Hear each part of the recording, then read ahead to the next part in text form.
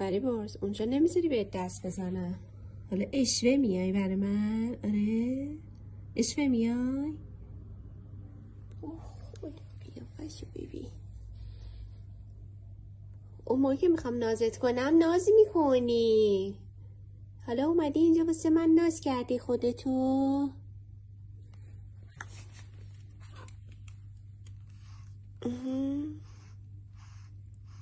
حالا ناز میکنی. ایدی